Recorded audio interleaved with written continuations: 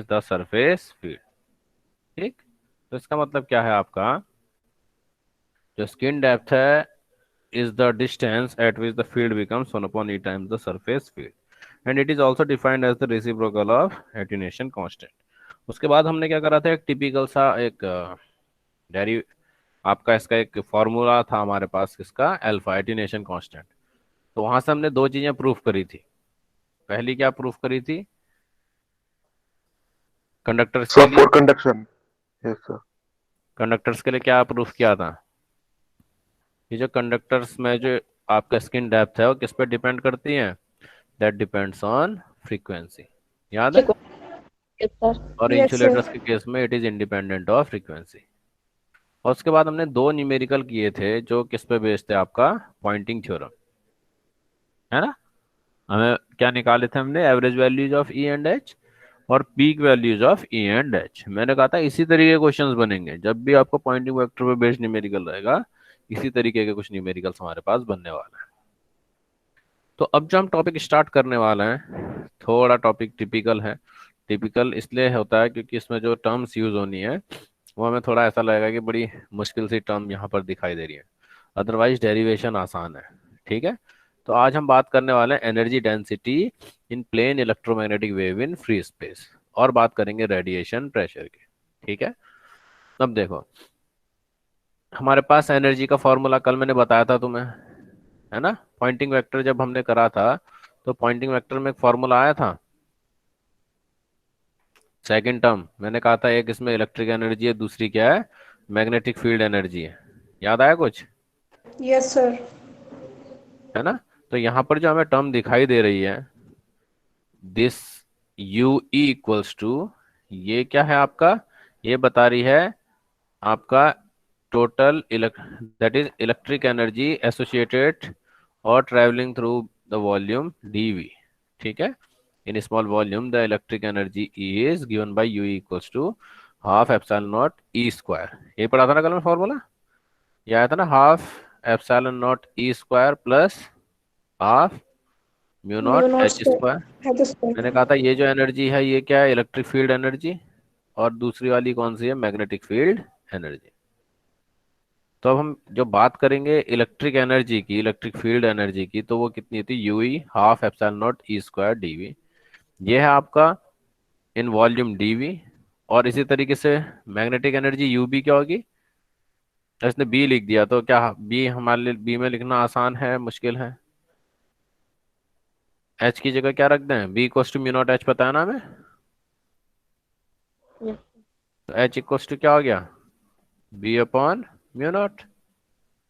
तो यहाँ से क्या पता लगा हमें, हाफ म्यू नॉट, और एच की जगह कितना रख दिया, B square upon mu nought square. कितना बन गया, half B square upon mu nought. यही तो लिखा है ये। अब किसके टर्म यस। में लिख दिया इसने, बी और ई के टर्म्स में। मैंने कहा इसलिए हमें कन्वर्जन आना चाहिए, ई एच में दे तब भी हम कर लें, डी और बी के टर्म्स में हो तब भी कर लें, कोई भी कॉम्बिनेशन दे दें हमें। अगर हमें B equals to mu not H और D equals to epsilon not E पता है, तो हम किसी भी टर्म में हम इन इक्वेशंस को लिख सकते हैं। तो ये एनर्जीज मैग्नेटिक और इलेक्ट्रिक एनर्जी है डीवी वॉल्यूम में। तो पर यूनिट वॉल्यूम में कैसे होगा, पर यूनिट वॉल्यूम में डीवी यहाँ से हटा देंगे हम। ठीक है, तो पर यूनिट वॉल्यूम में जो ये एनर्जी आई ये क्या है, इलेक्ट्रिक फील्ड एनर्जी डेंसिटी, और यूबी क्या आई, मैग्नेटिक फील्ड एनर्जी डेंसिटी। तो ये क्या एनर्जी डेंसिटीज हैं। ठीक है, half epsilon not E square और half B square upon mu naught, ये क्या है, मैग्नेटिक फील्ड एनर्जी डेंसिटी और इलेक्ट्रिक फील्ड एनर्जी डेंसिटी। ठीक है बच्चों, क्लियर है यहाँ तक, ये बताओ पहले। ये टर्म हम यस। ऑलरेडी पढ़ चुके हैं कल के लेक्चर में, उसी को हम दोबारा से डिस्कस कर रहे हैं। ठीक है, हमने कहा कोई भी इलेक्ट्रोमैग्नेटिक वेव अगर ट्रेवल कर रही है तो उसके साथ दोनों ही एनर्जीज एसोसिएट होती हैं, electric as well as magnetic energy. जो इलेक्ट्रिक एनर्जी आपका, उसे half epsilon not E square से रिप्रेजेंट कर रहे हैं, यानी ये एनर्जी डेंसिटी है, energy per unit volume. Energy density क्या होती है बच्चों, एनर्जी पर यूनिट वॉल्यूम। तो ये यू ई क्या है, energy density for electric energy, और यू बी क्या है, energy density for magnetic field. Magnetic field. तो टोटल एनर्जी का फॉर्मूला हमने पढ़ा था, ठीक है। The in electromagnetic field the sum of energy densities due to both electric and magnetic fields, ये क्या हो गया, half epsilon not E square plus half V square upon mu nought, और बी कितना हमारा म्यू एच, ठीक है। तो यहां से बच्चों एक चीज हम ध्यान रखेंगे, जैसे देखो हमारे पास क्या आया, half mu not H square plus half epsilon not E square, ये क्लियर है सभी को। Yes sir. B equals U equals to total energy, ठीक है। अब देखो इसने किसके टर्म्स में निकाल दिया, ई के टर्म्स में। अब हमें यहाँ बहुत ध्यान से देखना है, स्क्रीन में जो मैं लिख रहा हूँ दिखाई दे रहा है तुम लोग को, विजिबल है, ठीक। Yes sir. तो अब देखो पॉइंटिंग वेक्टर से ई बाई एच कितना था हमारे पास, square root of mu not upon epsilon not. तो यहाँ से ई एच इक्वल्स टू कितना आ गया, E into square root of epsilon not upon mu nought. अब ये एच की वैल्यू मैं यहाँ रख दूं, ये जो इक्वेशन मैंने टोटल एनर्जी की है, तो क्या बन जाएगा, U equals to half mu not, H की जगह क्या रख दूं मैं, ये क्या, ई स्क्वायर। आपका E square root of epsilon not upon mu naught, यानी E square E epsilon naught square into epsilon not upon upon mu naught. Mu. Mu naught से म्यू नॉट कट गया, फिर कितना आ गया, half epsilon not E square. E square. देखा तुमने, जो हमारे पास यू ई आया, ये एक्चुअल में कहाँ क्या था, ये यू बी, ठीक है, या यू एच हम इसे कहें। इसका मतलब जो electric and magnetic field energies होती हैं इक्वली डिस्ट्रीब्यूटेड होती हैं या इक्वल होती हैं for magnetic field and electric field, यानी इलेक्ट्रिक फील्ड और मैग्नेटिक फील्ड की एनर्जीज बिल्कुल सेम होती हैं। देखो यही तो आया ना, कहाँ से स्टार्ट करा था मैंने, half mu not H square से, कितना आ गया है, half epsilon not E square, यही तो इलेक्ट्रिक एनर्जी थी। इसी यस तरीके से अगर देख लें हम, हमारे पास इलेक्ट्रिक एनर्जी क्या है, half epsilon not E square. अब ई की जगह क्या रख दूं मैं यहाँ पर, हाफ एप्सिलॉन नॉट, ई की जगह क्या आ जाएगा, H square into mu naught upon epsilon nought. Epsilon naught से एप्सिलॉन नॉट कैंसिल हो गया, 1/2 म्यू नॉट एच स्क्वायर। क्या ये यू बी है, ये यू बी है ना। तो देखो कितना यस जबरदस्त सर। यहाँ से हमारे पास रिलेशन आया है कि जो मैग्नेटिक एनर्जी जितनी होती है उतनी ही क्या होती है आपकी electric energy. Electrical. That means if total energy associated with any the total energy associated with any electromagnetic wave having equal part of magnetic energy as well as electrical energy। तो इसका मतलब टोटल एनर्जी क्या आ जाएगी हमारे पास, U equals to half epsilon not E square plus half epsilon not E square. Total कितनी हो गई, it's epsilon nought epsilon E square, nought ऊपर। ठीक है। अगर हमें एग्जाम में क्या दे दे कि केवल इलेक्ट्रिक फैक्टर दे दे, तो भी हम एनर्जी डेंसिटी निकाल सकते हैं या एनर्जी एसोसिएट निकाल सकते हैं इलेक्ट्रोमैग्नेटिक वेव के साथ, ठीक है। या हम इसे क्या लिख सकते हैं, U equals to it's mu not H square, ये भी हो नॉट एच। सकता है अगर हम एच के टर्म्स में लिखें। तो इसका मतलब अगर एच भी दिया हो खाली या ई खाली दिया हो, that means we are able to find out the value of energy, ठीक है बच्चों। यही सारी चीजें इसने यहाँ पर की हुई है, U equals to epsilon not E square, और यहाँ U इक्वल्स टू, ये आ गया एप्सिलॉन नॉट ई स्क्वायर, और U इक्वल्स टू हमारे पास क्या आ जाता है, म्यू नॉट एच स्क्वायर, ठीक। यही किसके बराबर होता है, म्यू नॉट एच स्क्वायर, यानी इक्वल होती है बिल्कुल इलेक्ट्रिक एनर्जी और मैग्नेटिक एनर्जी। समझ में आया बच्चों, आगे बढ़ो अब, यस यस सर। चलो। अब देखो, अब हमने निकालनी है average energy, yes. Average energy density. ये है एवरेज एनर्जी के लिए फॉर्मूला। U को कैसे लिख दिया हमने, ग्रेटर देन लेस देन वाले साइन के बीच में। कहीं पढ़ी थी तुमने इस तरीके की टर्म? हाँ बच्चों, ऐसी नो टर्म कोई सर। पढ़ी है? तुमने एक्सपेक्टेशन वैल्यू पढ़ी थी नो क्वांटम में? Sir. Yes, sir. उसमें यही सिंबल आया था, Yes. याद आया कुछ? Yes sir. हाँ ठीक है, ये वही सिंबल है एक्सपेक्टेशन वैल्यू। हमने कहा था ये एवरेज वैल्यू होती है क्लासिकल फिजिक्स में। अभी ये क्या चल रही है, क्लासिकल फिजिक्स। तो इसे क्वांटम में एक्सपेक्टेशन वैल्यू कहते हैं, इधर क्या कहते हैं, एवरेज वैल्यू। अब देखो, कोई भी फील्ड है और टाइम के साथ उसमें चेंज आएगा, ऐसे ही होगा ना भाई। जब एनर्जी फ्लो कर रही है, ऐसा तो है नहीं कि पूरे मीडियम में हमेशा फील्ड कांस्टेंट रहेगा भाई। फील्ड में टाइम के साथ चेंज आता चला जाएगा। तो हम क्या करते हैं, एवरेज वैल्यू निकालते हैं। क्या निकालते हैं? Average value of energy density with time.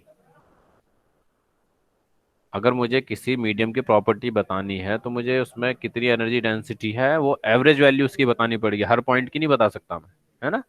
तो एवरेज वैल्यू निकालने के लिए क्या सिंबल है आपका, ये जो हमारे पास ग्रेटर देन और लेस देन इक्वल्स टू वाले साइन में हम इसे रखते हैं। और u की वैल्यू एक्चुअल में हमने अभी कितनी निकाली थी, एप्सिलॉन नॉट ई स्क्वायर। और e की वैल्यू हम ऑलरेडी पढ़ चुके हैं, कितनी थी, E naught E to the power eta K dot R minus I omega T. ये पढ़ा नहीं पढ़ा तुमने? हमने यस हाँ ट्रांसवर्स सर। नेचर पढ़ा था, Sir. यही था पढ़ा ना। था सर। अब Yes, sir. अब जो एनर्जी है, since energies are real, so we will take only real part of this factor. ठीक है, जो E naught E to the power eta K dot R minus I omega T, इसका real part हम लेंगे। ठीक। और जो इसका रियल पार्ट होता है वो कितना आता है, cos omega T minus K dot R. ये ना ई टू की power I theta equals to cos theta plus I sine theta, याद है किसी को?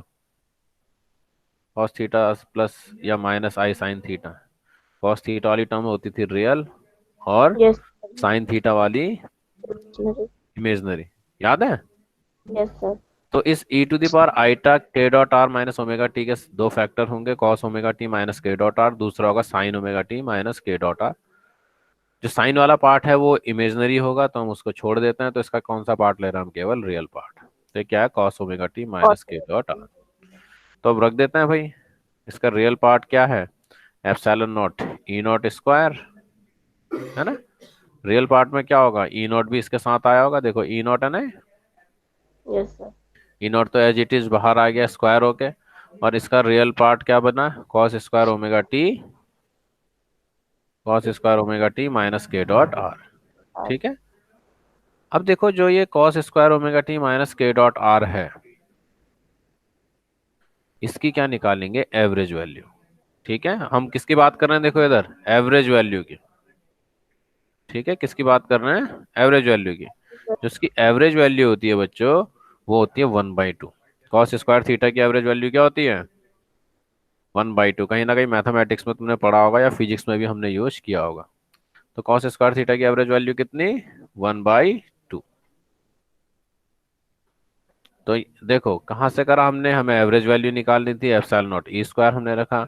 अब ई की वैल्यू एक्चुअल में क्या है, E naught E to the power eta K dot R minus omega T. हमने इसका केवल रियल पार्ट लिया, तो cos omega T minus K dot R, और ये वैल्यू हमें मिल गई। और कॉस स्क्वायर ओमेगा टी की वैल्यू मैंने हाफ रखी। तो अब ये कितना बन जाएगा यू, हाँ बच्चों, half Half. Epsilon not E square, ये Square. बनेगा ना Yes, sir. भाई। इस पूरे की वैल्यू कितनी हो गई है, इसकी वैल्यू तो Half. हाफ हो गई। तो इसका मतलब जो एवरेज वैल्यू हमें मिली एनर्जी की, वो कितनी मिली है, half epsilon not E not square. ठीक हो गया बच्चों। और आरएमएस के टर्म में अगर हम इसे लिखें, रूट मीन स्क्वायर वैल्यू के टर्म में, तब क्या होता है, E R M S equal to क्या होता है, ये ई नॉट अपॉन रूट 2। कल ही तो पढ़ा था हमने। Yes, sir. और तो ई नॉट इक्वल टू क्या रख दूंगा, root 2 into E R M S. और जब ई नॉट की वैल्यू मैंने ये रखी, तो यहाँ रूट 2 क्या हो जाएगा, 2। तो 2 से 2 कैंसिल हो गया, क्या बचेगा, केवल E R M S square. यही होगा ना, half epsilon not into root 2 E R M S का स्क्वायर, है ना। तो ये रूट 2 क्या हो जाएगा, जब इसका स्क्वायर हो जाएगा पूरा का पूरा, तो ये 2 से 2 कैंसिल, तो हाफ हट गया यहाँ से epsilon not E R M S का स्क्वायर। आसान है, थोड़ी टर्म्स हमें ऐसी लगती हैं टिपिकल सी हैं, तो इसलिए हमें ज़्यादा कंफ्यूज नहीं होना। तो समझ में आया। यू की एवरेज वैल्यू क्या होती है? यू की एवरेज वैल्यू होती है half epsilon not E not square. और ई नॉट क्या बच्चे यहाँ पर? ई नॉट क्या है? पीक वैल्यू, यही होती है ना, या एम्पलीट्यूड। देखो घुमा फिरा के वही एक्सप्रेशन आया जो जहां से हमने स्टार्ट करा था, half epsilon not E square था ना। और एवरेज वैल्यू के केस में ई स्क्वायर किससे रिप्लेस हो जाता है? ई नॉट से। ठीक है बच्चों, अगर यस एग्जाम में आ जाए कि तुम एवरेज वैल्यू निकालो एनर्जी डेंसिटी की, तो तुम ई नॉट लिखोगे यहाँ पर। और क्या, खाली एनर्जी निकालो, है ना, तो इलेक्ट्रिक और मैग्नेटिक फील्ड टर्म्स में तब हमें ई की वैल्यू देगा, हम ई से निकाल लेंगे। ठीक है। Yes sir. थोड़ा सा सेक्शन ही टिपिकल लगता है क्योंकि इसमें जो मैथमेटिक्स यूज हो रही है रेगुलर से थोड़ा हट के है। अब इसके बाद है एस इक्वल्स टू। अब हम एक दूसरे पार्ट की तरफ बढ़ रहे हैं। अब हमें पता है कि पॉइंटिंग वेक्टर क्या होता है, S equals to E cross H. पता है बच्चों सबको ये पॉइंटिंग वेक्टर के बारे में? यस है sir. S yes equals sir. To E cross एच। अब ई क्रॉस Yes, sir. एच को क्या लिख दूं मैं? Yes, sir. देखो एच क्या होगा, एन एच, अगर खाली मैग्नीट्यूड में लिखूं इसे, ठीक है। और एच की वैल्यू मुझे पता है कितनी होती है। देखो ई बाई एच कितना होता है? ई बाई एच क्या होता था? Under root under root mu not upon nought epsilon nought epsilon. ठीक है, Epsilon. तो एच इक्वल्स टू कितना हो गया, E into square root mu not upon nought on epsilon nought. Epsilon nought. अब हमें पता है क्या होता है, एप्सिलॉन नॉट से ऊपर नीचे मल्टीप्लाई कर दूं तो ये क्या बनेगा, H equals to E square root of mu not epsilon not upon epsilon nought का स्क्वायर। एप्सिलॉन नॉट पर तो ई अपॉन एप्सिलॉन नॉट, और ये क्या बना, square root of mu not epsilon not. तो हमें पता है सी इक्वल्स टू कितना होता है, one upon square root of mu not epsilon nought. Epsilon तो यहाँ से square root of mu not epsilon nought कितना हो गया, 1/c। 1/c तो यानी ये कितना आ गया, E upon upon epsilon naught C. यही लिखा ना इधर,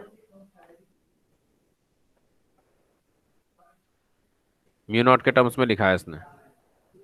म्यू नॉट के टर्म्स में भी हम इसे निकाल लेंगे। ठीक हो गया, यस सही है बच्चों। E by H equals to mu not upon epsilon naught. अच्छा, Yes, sir. हमने उल्टा कर दिया बच्चों, क्या होना था ये, epsilon not upon mu not होना चाहिए था। ठीक है, नॉट। है ना। फिर कितना आ जाता है, यही बन जाता, क्या बनता, म्यू नॉट सी, क्योंकि अब हम क्या करते हैं, म्यू नॉट से ऊपर नीचे मल्टीप्लाई करते हैं। ठीक है, तो ये एप्सिलॉन यस नॉट की जगह क्या आता है, म्यू नॉट, तो हमने थोड़ा गड़बड़ कर दी। तो समझ जाना, हो जाएगा, ये समझ में आ गया।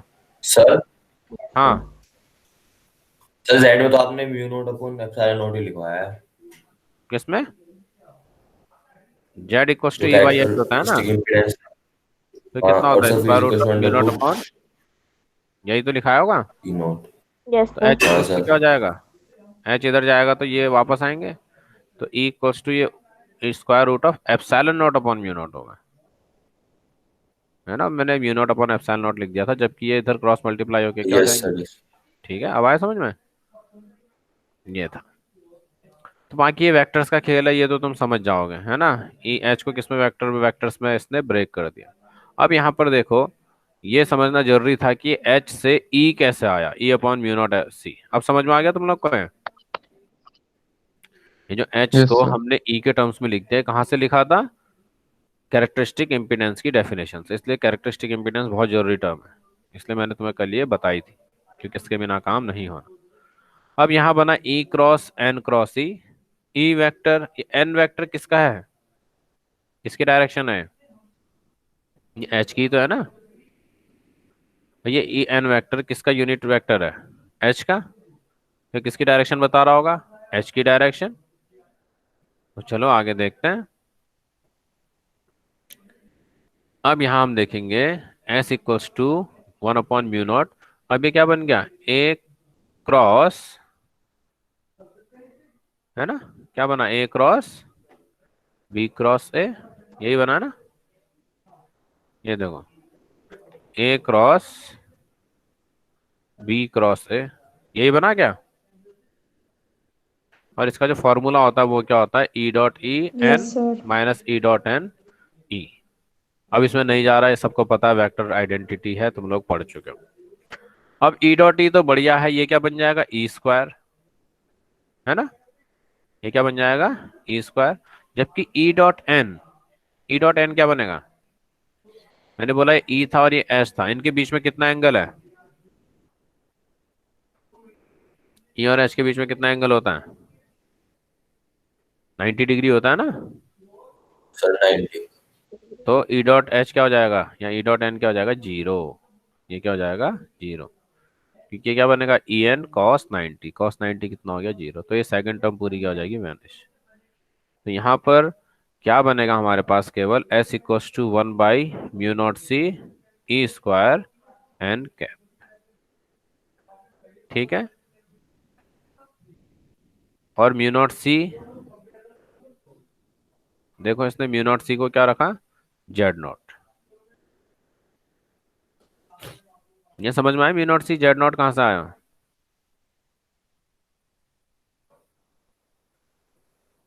μ0c जेड नॉट कहाँ से आया बच्चों, हमें पता है ना जेड इक्वस टू क्या होता है, μ0 अपॉन एप्सिलॉन नॉट। तो यहीं से कितना आ जाएगा, जब इसे हम सी के टर्म्स में लिखेंगे तो μ0c, ठीक है। अब देखो, तो इसका मतलब एस इक्वल टू कितना आ गया हमारे पास, E square upon Z naught into N cap,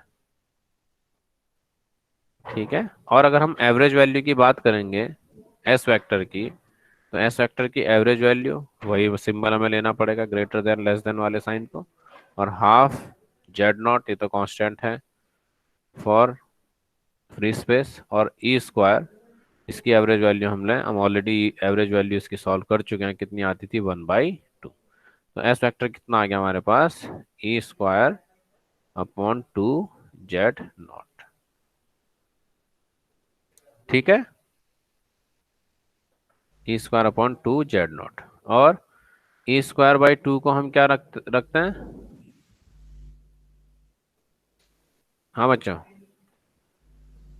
हमारे पास एवरेज वैल्यू क्या थी, ये देखो एस वेक्टर हमारे पास ये आ गया 1/जेड नॉट, ठीक। म्यू नॉट से ऊपर नीचे मल्टीप्लाई कर दूं तो ये क्या बनेगा, हाफ, नहीं एप्सिलॉन नॉट से half epsilon not E square upon epsilon not. तो half epsilon not E square क्या होता है,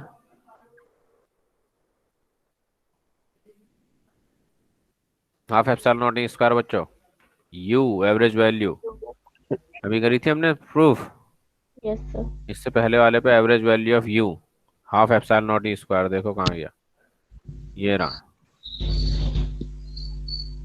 ठीक है, ये देखो इधर, है ना, ये हमने सॉल्व किया था। तो इसका मतलब क्या हमारे पास आया, कि जो एस वेक्टर, जो आपका average value of Poynting vector equals to average value of energy density into 1/जेड naught epsilon not,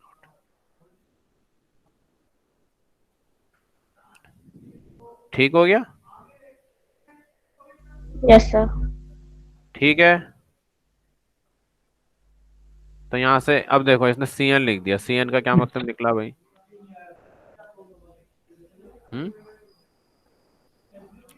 Z not की जगह क्या रख दिया, 1/, केवल हम एक ही टर्म से बार बार उलझ रहे हैं बच्चों, ठीक है। हम उसी एनर्जी डेंसिटी और उस पॉइंटिंग वेक्टर और तीसरा जेड की वैल्यू जो है, इन्हीं के साथ हम बार बार डील कर रहे हैं, तो हम घुमा फिरा के वहीं पहुंच रहे हैं बार बार उन्हीं टर्म्स में।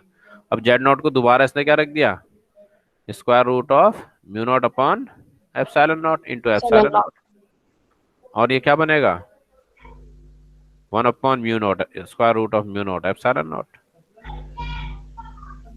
तो यहां से एस वेक्टर कितना आ गया हमारे पास, S vector equals to 1/c। U into C, और साथ में एन वेक्टर हमारे पास आ गया, तो ये है relation between energy density and Poynting vector, यानी एनर्जी फ्लक्स। ये फ्लक्स ही तो एक तरीके से energy per unit area per unit time जो निकलती है, तो एनर्जी फ्लक्स किसके इक्वल होता है, velocity of light into energy density. तो एग्जाम में अगर प्रूफ करने को आ गया, proof that the energy flux is equals to the product of velocity of light and energy density, तो हमें ये डेरिवेशन करना है। समझ में आया, ये बताओ। Yes, एक एक sir. पॉइंट करके हमने इसे समझा, ठीक है। टफ कुछ नहीं है, बार बार हम उन्हीं चीजों को आपस में रिप्लेस कर रहे हैं। होने के लिए तो ये फॉर्मूला है ना हमारे पास, U और C, ये तो हम यहां से भी लेके आ सकते थे सीधे, इससे पहले से भी ये आ सकता था हमारे पास, ठीक है। अगर यहीं में क्या रख दूं, जेड नॉट की वैल्यू क्या रख दूं, ई और एच के टर्म्स में, म्यू नॉट के टर्म्स में रख के कर दूं, तो मेरा तो आंसर दो ही स्टेप में आ गया। भाई यहाँ भी तो यही एक्सप्रेशन आया है, Yes, sir. Yes sir. ये एक्सप्रेशन तो है। Yes, sir.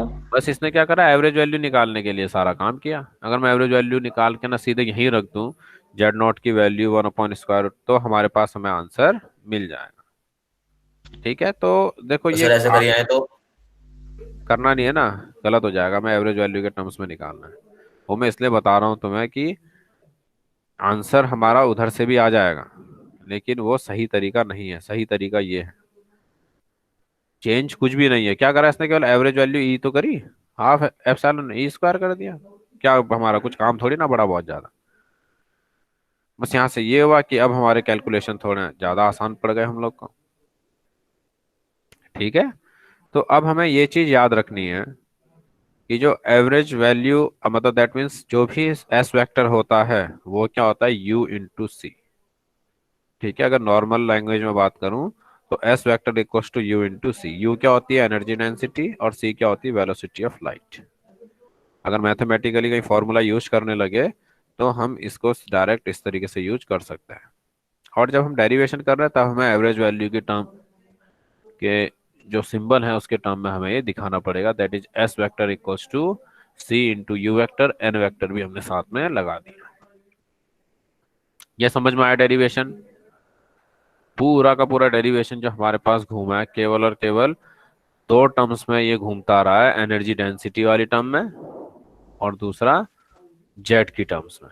उन्हीं को दोबारा से हम बार बार रिपीट करके इंटरचेंज करते चले जा रहे हैं और हमें वैल्यूज मिल रही हैं। आसान डेरिवेशन है, दिखने में सिंबल्स ऐसे लगता है बड़ा टिपिकल सा डेरिवेशन होने वाला है, लेकिन जब एक बार करने बैठोगे तुम्हें लगेगा इससे आसान डेरिवेशन कोई नहीं है, ठीक है बच्चों।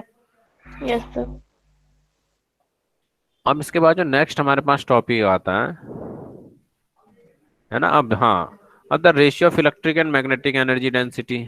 ऑलरेडी कितना होना चाहिए ratio of electric and magnetic field energy का, U E upon U B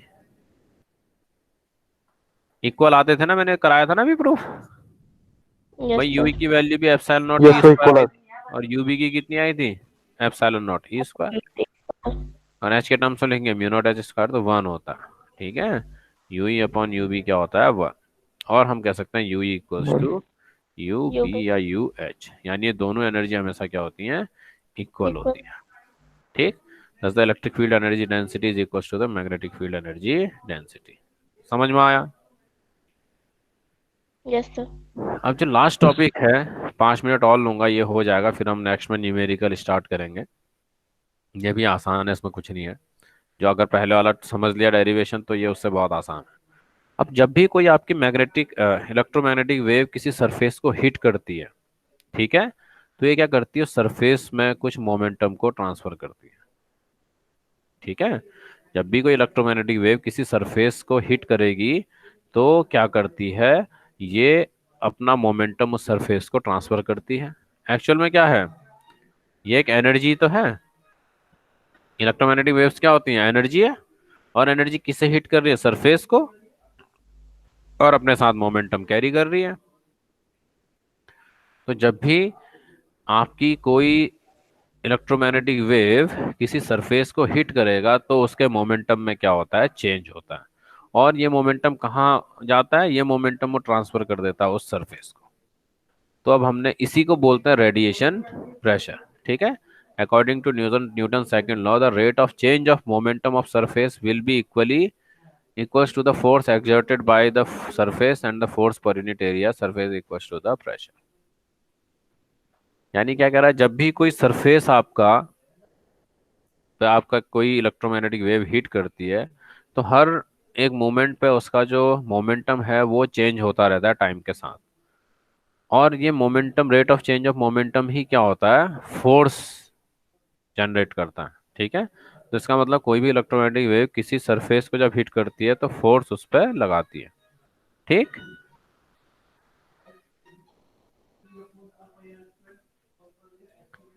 चलो बच्चों अभी यहाँ तक हो गया, तो इसका मतलब अगला टॉपिक हम नेक्स्ट लेक्चर में कर सकते हैं।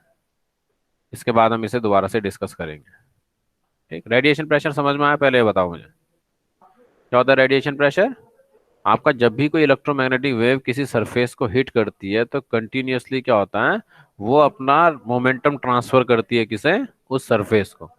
यानी कंटिन्यूअसली अगर मोमेंटम ट्रांसफर करेगी तो मोमेंटम चेंज होगा टाइम के साथ। और जब मोमेंटम चेंज होगा तो हमें न्यूटन सेकंड लॉ से पता है कि जब भी मोमेंटम में चेंज आता है तो वो क्या क्रिएट करता है, that creates the force. Okay, so that means there is a force exerted by electromagnetic wave on the surface. और पर यूनिट एरिया में अगर हम उसे निकाल देंगे फोर्स को, तब वो क्या हो जाता है, प्रेशर। यही होता है ना। तो अब हम जो नेक्स्ट हमारा डेरिवेशन रहेगा उसमें हम प्रूव करेंगे कि जो रेडिएशन प्रेशर होता है वो किसके बराबर होता है, जो मोमेंटम ट्रांसफर हो रहा है किसे, आपका उस सरफेस को। ठीक, इस टॉपिक को तुम लोग पढ़ोगे, समझ में आ जाएगा। और ध्यान से एक या दो बार तुमने प्रैक्टिस करनी है, टफ नहीं है। केवल सिंबल्स हमें ऐसा लगता है बड़े टिपिकल से हमारे पास आ गए तो हमें ऐसा लगता है कि ये बहुत टफ डेरिवेशन होने वाला है, लेकिन ऐसा इस डेरिवेशन में कहीं नहीं है।